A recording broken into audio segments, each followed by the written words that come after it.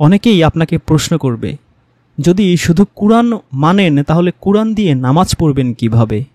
তাকে যদি আপনি পাল্টা প্রশ্ন করেন যে হাদিস দিয়ে আপনি নামাজ পড়বেন কিভাবে, তাহলে কিন্তু একটা খেলা জমে যাবে। কারণ কি জানেন, হাদিস দিয়ে যারা নামাজ পড়ব সেই পার্টিতে যারা আছে তারা দুই ক্যাটাগরির। এক, হাদিস সম্পর্কে তেমন কিছুই জানে না, জীবনে কোনো দিন শুধু বুখারী শরীফও ফার্স্ট লাস্ট পড়ে দেখেনি, বাপদাদার কাছে শুনে শুনে বলা যে হাদিস দিয়ে নামাজ পড়তে হয়। সুতরাং এই টাইপের মানুষ যদি আপনার সামনে পড়ে তাহলে সে গায়ের জোরে জিততে চাবে। কিন্তু যদি হাদিস সম্পর্কে কোনো পণ্ডিত আপনার সামনে পড়ে, মানে যাকে শাইখুল হাদিস বলা হয়, হাদিস সম্পর্কে যার মোটামুটি পাণ্ডিত্য আছে, সে কিন্তু বিরাট এক ঝামেলায় পড়ে যাবে। কারণ সে খুব ভালো করেই জানে সুন্নিদের যে 40-50টা হাদিসের গ্রন্থ আছে, সমস্ত হাদিস গ্রন্থ একসাথে করেও 1000 বছর গবেষণা করলেও বর্তমানে যেই পদ্ধতিতে নামাজ পড়া হয় সেই পদ্ধতি সে দাঁড় করাতে পারবে না। তাকে আপনি আরেকটু ভয় পাইয়ে দিতে পারেন।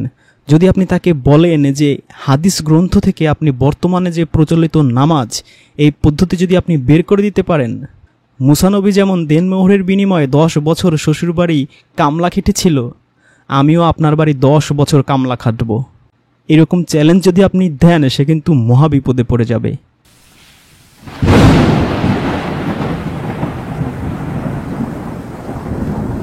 খুব বিখ্যাত একটা হাদিস আছে, তোমরা আমাকে যেভাবে নামাজ পড়তে দেখেছো তোমরাও সেইভাবে নামাজ পড়ো।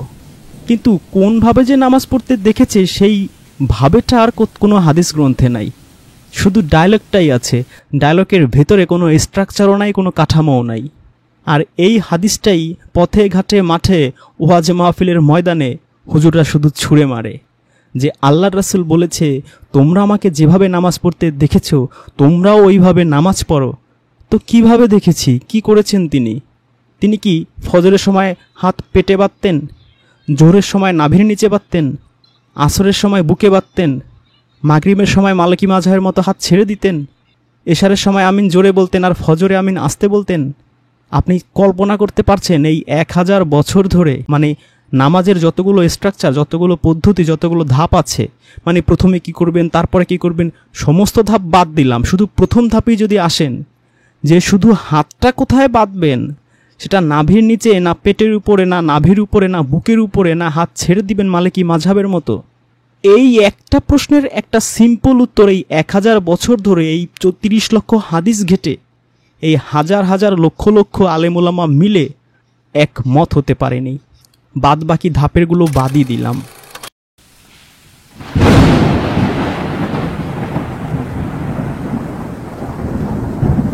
হাদিসে আপনি নামাজ কিভাবে পাবেন? ওই 294 নম্বর হাদিসে পাবেন আল্লাহ রাসূল নাভির নিচে হাত বেঁধেছিল নামাজের সময়, আমি দেখেছিলাম, অমুক সাহাবী থেকে বর্ণিত। 1245 নম্বর হাদিসে গিয়ে পাবেন আমি আল্লাহ রাসূলের সাথে জোহরের নামাজ পড়েছিলাম, তখন আমি দেখেছি তিনি হাত পেটের উপরে বেঁধেছিলেন। আবার 2634 নম্বর হাদিসে গিয়ে পাবেন সাহাবী হুযায়ফা থেকে বর্ণিত, আমি আল্লাহ রাসূলের সাথে আসরের নামাজ পড়েছিলাম, তখন দেখেছিলাম তিনি হাত ছেড়ে দিয়ে নামাজ পড়েছিলেন।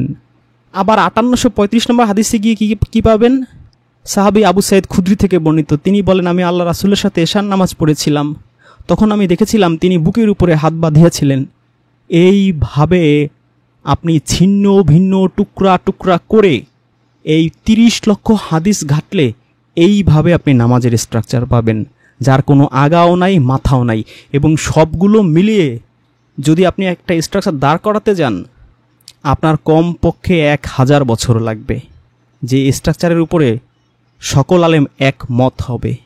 এই হচ্ছে হাদিস দিয়ে নামাজ পড়া বাহিনীর কিতাবি জোর, মানে হাদিসের বইয়ের শক্তি সামর্থ্য কত বেশি শুধু হাত বাঁধা দিয়ে আপনি বুঝে নেন যে 30 লক্ষ হাদিস ঘাটলে শুধুমাত্র আপনি হাত কোথায় বাঁধবেন এটা নিয়ে আপনি ঐক্যমত্যে পৌঁছাতে পারবেন না।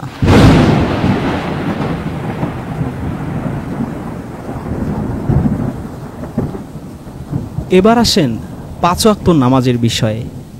5 ওয়াক্ত নামাজের হাদিস যদি আপনি পড়েন তাহলে আপনি মর্মে মর্মে উপলব্ধি করবেন যে যারা ইহুদি থেকে মুসলিম হয়েছিল তাদের কি ভয়ঙ্কর প্রভাব এই ইসলাম ধর্মের প্রতি রন্ধ্রে রন্ধ্রে জড়িয়ে আছে, প্রতিটা অণুতে পরমাণুতে তাদের মেধা, তাদের প্রজ্ঞা, তাদের কূটনীতি, তাদের কূটকৌশল, তাদের ষড়যন্ত্র, তাদের চক্রান্ত সব কিছু মিশে আছে এই আমাদের ইসলাম ধর্মের প্রত্যেকটা ঘাটে ঘাটে। আপনি এই 5 ওয়াক্ত নামাজের জন্ম ইতিহাসে যখন আপনি যাবেন, তখন আপনি বুঝবেন যে আপনি যাকে সর্বকালের সর্বযুগের সর্বশ্রেষ্ঠ নবী বলেন, তার জ্ঞান, বুদ্ধি, চিন্তা, ভাবনা ও দূরদর্শিতা মুসা নবীর 100 ভাগের 1 ভাগও ছিল না। মুসা নবী তার চেয়ে কম পক্ষে 100 গুণ বিচক্ষণ, 100 গুণ বুদ্ধিমান, 100 গুণ ইন্টেলিজেন্ট, 100 গুণ দূরদৃষ্টি সম্পন্ন ছিলেন। এবং এই মুসা নবী থাকেন 7ম আসমানের উপরে, আর মুসা নবী থাকে 6ষ্ঠ আসমানে। আপনার সর্বকালের সর্বযুগের সর্বশ্রেষ্ঠ রাসূল যদি মৃত্যুবরণ করেন, তাহলে তিনি যে থাকবেন এমন কোনো আসমানই খালি নাই। মানে এক আসমানে আদম নবী, এক আসমানে ইদ্রিস নবী, এক আসমানে ইব্রাহিম নবী, এক আসমানে ঈসা নবী, এক আসমানে মুসা নবী, মানে সব নবীদের দিয়ে পুরো আসমান ব্লক করে ফেলা হয়েছে।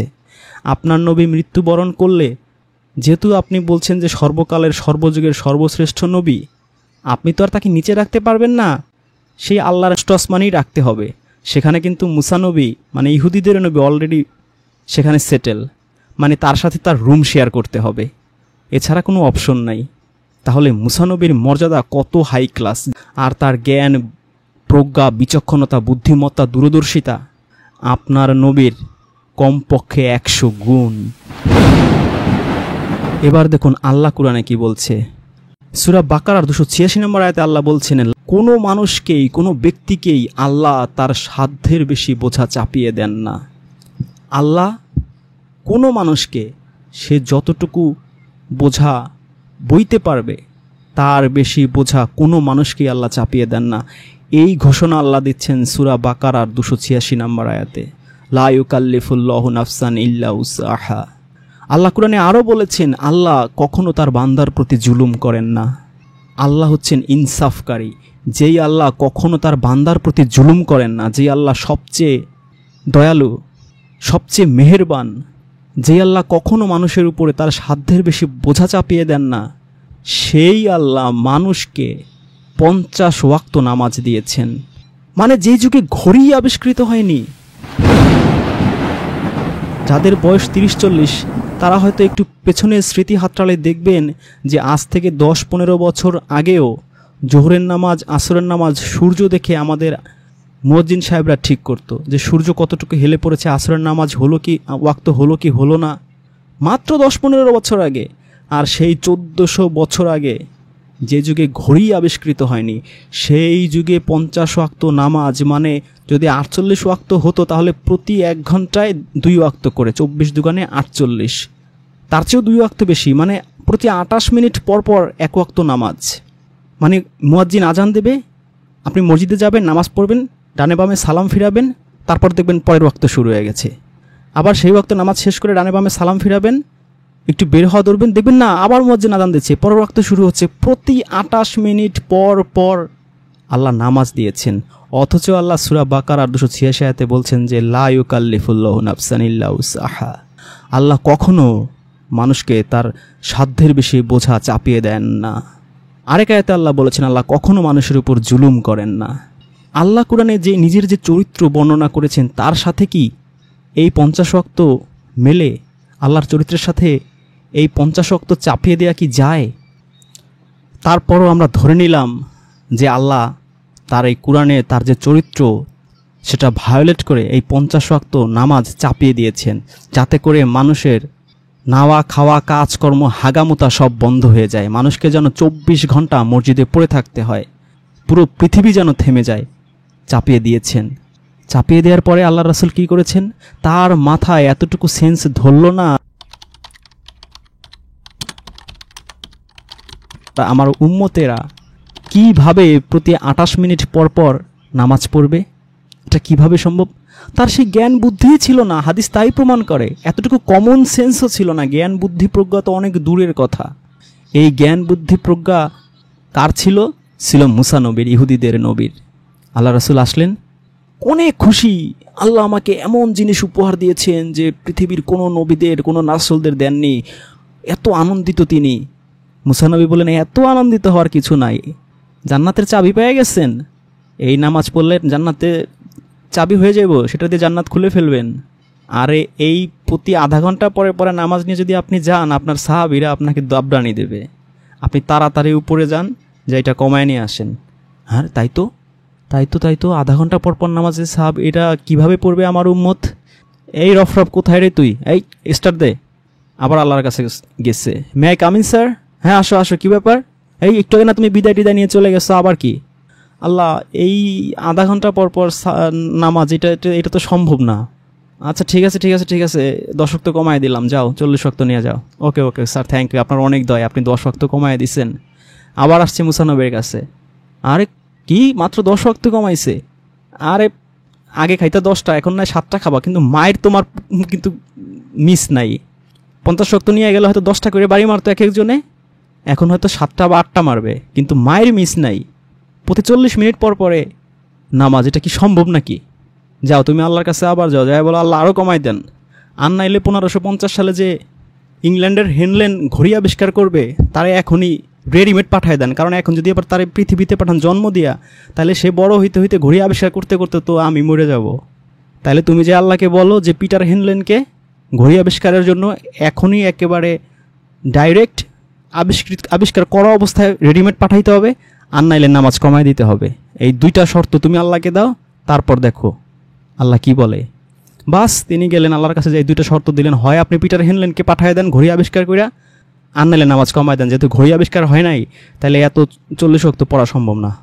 তারা কাজকর্ম কিছুই করতে, তাদের বাথরুমও করতে পারবে না। তারা কাজকর্ম তো দূরের কথা, ঘুম তো যাইতেই পারবে না। মানে যতদিন বাইচে আছে ঘুম ভুলে যাইতে হবে। সে ঘুমাবা তুমি আধা ঘন্টা পর পর নামাজ, তুমি ঘুমাবা কিভাবে? আধা ঘন্টা তো না, এখন তো আল্লাহ তুমি 10 ওয়াক্ত কমাইছো, 40 মিনিট পর পর নামাজ, তাও ঘুমানো সম্ভব না। কি করবে? আল্লাহ তো একটা বিপদেই পড়ে গেল, যে পিটার হেনলেনকে তো তারে তো পাঠাবো আমি 1500 সালের পরে, এত আগে কিভাবে পাঠাই? আচ্ছা ঠিক আছে দাও, আরও 10 ওয়াক্ত কমাই দিলাম। যাই হোক, এই ঘটনা আরও বললে মানে মাথা বিগড়ে যাওয়ার মতো অবস্থা। মানে মানুষের তো একটা কমন সেন্স থাকে, যে একটা হাদিস যে বর্ণনা করা হচ্ছে, যে এই হাদিসের মাধ্যমে যে আসলে আল্লাহকে কতটা জালিম, কতটা জুলুমবাজ, এবং আল্লাহর রাসূলকে যাকে বলা হয়েছে কি 2টা নবীকে আল্লাহ বলেছেন তাদের আদর্শ উত্তম। একজন হচ্ছে ইব্রাহিম নবী, জাতির পিতা, মুসলিমদের ইমাম নেতা, আর একজন হচ্ছে সালামুন আলা মুহাম্মদ। এই দুজনকে আল্লাহ বলেছেন যে তাদের মধ্যে রয়েছে উত্তম আদর্শ, তাদেরকে আল্লাহ এতটা ভালোবেসেছেন। সেই সালামুন আল্লাহ মুহাম্মদকে ননসেন্স, জ্ঞান বুদ্ধি নাই, কমন সেন্স নাই, এমনভাবে প্রেজেন্ট করা হয়েছে। এবং আল্লাহকে কতটা জালিম হিসেবে প্রেজেন্ট করা হয়েছে, যে তিনি একটা বান্দা, সে আধা ঘন্টা পর পর নামাজ পড়বে, এরকম একটা বোঝা তার উপর চাপিয়ে দিতে পারেন মানুষকে, যে মানুষের দিন দুনিয়ায় আর কোনো কাজকর্ম করতে হবে না, খাওয়া পড়ার কোনো ব্যবস্থা করতে পারবে না। সম্ভব এটা? সম্ভবত এই 40 ওয়াক্তের পরে 30 ওয়াক্ত 20 ওয়াক্তের পরে মনে হয় মুসা নবী মনে হয় আরেকটা টেকনিক শিখাই দিছিল মাঝখানে, যে এইবার যায় বলবা যে তুমি মান্না সালাত যেরকম পাঠাইছিলাম মুসা নবীর উম্মতের জন্য, আমার উম্মতের এরকম মান্না সালাত পাঠাইতে হবে। তা না হলে এইভাবে 40 ওয়াক্ত 30 ওয়াক্ত পড়া সম্ভব না। খাওয়া দাওয়ার, চাষবাস, রান্না বান্না বাজার সাথে কখন করবে? মাছ ধরবে জেলেরা, মাছ ধরবে কখন? কৃষকেরা মাঠে কাজ করবে কখন? এটা তো সারাদিনই মসজিদে পড়ে থাকতে হবে। আবার যখন 20 ওয়াক্ত দিছে এই যুক্তির পরে, তখন হয়তো গিয়ে আবার বলছে যে এইরকম এখন এই যে মসজিদ আছে এখানে তো তার 24 ঘন্টায় থাকা লাগে, 20 ওয়াক্ত করে পড়তে হয়। আল্লাহ তুমি করো 5 স্টার হোটেল টাইপের একটা মসজিদ বানায় দাও, এখানে থাকবে, খাবে, ঘুমাবে, আরও যে মান্না সালাত পাঠায় দিবা, নাইলে আমার নামাজ আরও কমায় দাও। তারপরে আল্লাহ কি করবে? ঠিকা বাধ্য হয়ে লাস্টে তারপর 5 ওয়াক্ত দিছে। মানে কি হাস্যকর, কি কুযুক্তিক। এবং এর মাধ্যমে মুসা নবীকে কতটা ইন্টেলিজেন্ট, কতটা বুদ্ধিমান, কতটা দূরদৃষ্টি সম্পন্ন বানানো হয়েছে। মানে এক মুসা নবীকেই এখানে সবচেয়ে বেশি টপ ক্লাস প্রেজেন্ট করা হয়েছে। এবং আমি 100% শিওর এই হাদিস ইহুদিরা বানিয়েছে তাদের নবী মুসাকে সালামুন আল্লাহ মুহাম্মদের চেয়ে জ্ঞানী, প্রজ্ঞাবান, দূরদৃষ্টি সম্পন্ন প্রমাণ করার জন্য। আল্লাহ যেখানে বলেছেন ইয়াসিন অল কুরআনিল হাকিমে, কুরআন হচ্ছে হাকিম, প্রজ্ঞাময়। আল্লাহ যেখানে বলেছেন তিলকা আয়াতুল কিতাবিল হাকিম, সূরা লুকমানের 2 নম্বর আয়াত, এই কিতাব হচ্ছে হিকমতে ভরপুর। সেইখানে আপনারা বলছেন যে না, এই কুরআন হিকমতে ভরপুর না, কুরআনে হিকমত নাই। হিকমত আছে কোথায়? সেই বুখারী শরীফে, সেই তিরমিজি শরীফে। কি কি হিকমত আছে? আল্লাহ রাসূল এক রাত্রে 11 জন স্ত্রীর কাছে যাইতেন, যেইখানে আল্লাহ সূরা মুজাম্মিলে বলেছেন যে আপনি দিনের বেলা অনেক কর্মব্যস্ত থাকেন। সূরা মুজাম্মিলের 7 নম্বর আয়াতে আল্লাহ বলেছেন যে দিনের বেলায় তো তুমি অনেক কর্মব্যস্ত থাকো, তো দিনে তুমি তোমার কাজ করো, তুমি আল্লাহর রিজিকের অন্বেষণ করো। আর রাত্রেবেলা তখন দিনের কর্মব্যস্ততা তো বন্ধ হয়, রাত্রেবেলা একটু দাঁড়াও, দাঁড়িয়ে এই যে কিতাব, এই যে কুরআন তোমার উপর আমি নাজিল করছি এটা পড়ো। পারলে তোমার সাহাবী যারা আছে তাদের সাথে নিয়ে পড়ো, তারাও জানতে পারলো, তারাও শুনতে পারলো। পুরো রাত না, তুমি যতটুকু পারো, রাতের অর্ধেক হোক, রাতের 3 ভাগের 1 ভাগ হোক, রাতের 2 ভাগের 1 ভাগ হোক, তুমি পড়ো। তবে অবশ্যই সুন্দর করে পড়বে, স্পষ্টভাবে পড়বে, ধীরে ধীরে কুরআন পড়বে। ওই তোমার পাঠানোর 1400 বছর পরে ওই বাংলাদেশে, পাকিস্তানে, ভারতে যে ফুল স্পিডে, টাইটানিক স্পিডে যে তারাবি পড়বে, ওই রকম ভুলেও পড়ো না। আমি তোমাকে যে নির্দেশ দিচ্ছি তুমি জাস্ট সেইটাকে ফলো করো। তুমি ধীরে ধীরে স্পষ্টভাবে এই কুরআনটা তেলাওয়াত করবে এবং তোমার সাহাবীদেরকেও যদি পারো তাদেরকেও সাথে নিয়ে নিও। আর কি, যতটুকু তোমার পক্ষে সহজ সাধ্য হয়, সেটা রাতের অর্ধেক হোক, 4 ভাগের 1 ভাগ হোক, 3 ভাগের 1 ভাগ হোক, যতটুকু সহজ সাধ্য হবে ততটুকুই পাঠ করো। আমি কিন্তু বান্দার উপর জুলুম করি না, আর আমি কখনো বোঝা চাপিয়ে দেই না। কত চমৎকার করে সূরা মুজাম্মিল আল্লাহ এই কথাগুলো বলেছেন। কিন্তু আমরা এই কুরআনে কোনো হিকমত খুঁজে পাই না। আমরা হিকমত খুঁজে পাই কোথায়? বুখারী শরীফে, তিরমিজি শরীফে, সুনানে আবু দাউদে। কি হিকমত? আল্লাহ রাসূল 1 রাত্রে 11 জন স্ত্রীর কাছে যাইতেন। কি হিকমত? আজোয়া খেজুর খেলে কোনো বিষে তোমার কিছু করবে না। কি হিকমত? মধু খাইলে সর্বরোগের ওষুধ, তোমার কোনো অ্যালোপ্যাথি, হোমিওপ্যাথি কোনো রোগের ওষুধ তোমার দরকার নেই। যেই রোগী হোক, ক্যান্সার হোক আর লিভার সিরোসিস হোক, তুমি মধু খাবা, সর্বরোগের ওষুধ আছে মধুর মধ্যে। কি হিকমত? কালেজিরা খাবা, কোনো ডাক্তার, কবিরাজ, খনকার, ফকির, ওঝা কিছু লাগবে না, খাবি কালেজিরা খাবা। কি হিকমত? পানির মধ্যে মাছির 1 ডানা পড়লে আরেক ডানা চুবাই দিবা, পানি বিশুদ্ধ হয়ে যাবে, 100% মিনারেল ওয়াটার হয়ে যাবে। এই ধরনের হিকমত নাকি আল্লাহ রাসূল সেই বুখারী শরীফে, মুসলিম শরীফে বলে এইগুলা নাকি শিখিয়েছেন। মানে ফাজলামের একটা সীমা থাকা দরকার। আল্লাহ রাসূলের নামে এরা কি আজব আজব জিনিস বানিয়েছে, তাকে নিয়ে টিটকারি করার মতো, মানে ইসলাম বিদ্বেষীদের হাতে, ইসলাম বিদ্বেষীরা যেন তাকে নিয়ে টিটকারি করতে পারে সেই অস্ত্র তারা তুলে দিয়েছে। সুতরাং অকপটে কথা বলা যায় যে এই সমস্ত হাদিসে বিনির্মাণে ইহুদিদের বড় ধরনের হাত আছে, যেটা এই 5 ওয়াক্ত নামাজের জন্ম ইতিহাসটা পড়লেই আপনি বুঝতে পারবেন যে মুসা নবীকে কীভাবে টপ ক্লাস নবী বানানো হয়েছে এবং আল্লাহর সবচেয়ে নিকটে তিনি থাকেন, এবং আল্লাহকে কী পরিমাণ জালিম বানানো হয়েছে। এবং আল্লাহ যে কোরআনে বলেছেন যে তিনি তার বান্দার প্রতি জুলুমকারী নন এবং তিনি কখনও তার বান্দাকে সাধ্যের বেশি বোঝা চাপিয়ে দেন না, সেই আয়াতগুলোর বিপক্ষে দাঁড় করানো হয়েছে। আবার কত ইন্টারেস্টিং ব্যাপার, সেই মিরাজের লাস্টে কি বলা হচ্ছে? আল্লাহ আবার লাস্টে বলছেন 5 ওয়াক্ত দিয়ে, আবার বলছেন যে হ্যাঁ এই 5 ওয়াক্ত দিলাম, আমার সুন্নতের কোনো পরিবর্তন নাই। এই 5 ওয়াক্ত পড়লে 50 ওয়াক্তের সওয়াব হবে। সুন্নতের পরিবর্তন নাই মানে? আপনি প্রথমে দিলেন 50 ওয়াক্ত, তারপরে দিলেন 40 ওয়াক্ত, তারপরে দিলেন 30 ওয়াক্ত, তারপরে 20, তারপরে 10, তারপরে 5, 8-10 বার পরিবর্তন করে এখন বলতেছেন আমার সুন্নতের কোনো পরিবর্তন নাই। মানে কি? মানে হাদিস দিয়ে আল্লাহকে মানে এমনভাবে প্রেজেন্ট করা হয়েছে যে আল্লাহর প্রতি কোনো মানে জ্ঞান বুদ্ধি সম্পন্ন কোনো মানুষের আর ভক্তি শ্রদ্ধা কিছুই যেন আর না থাকে। আর আল্লাহর রাসূলকে কি বানানো হয়েছে?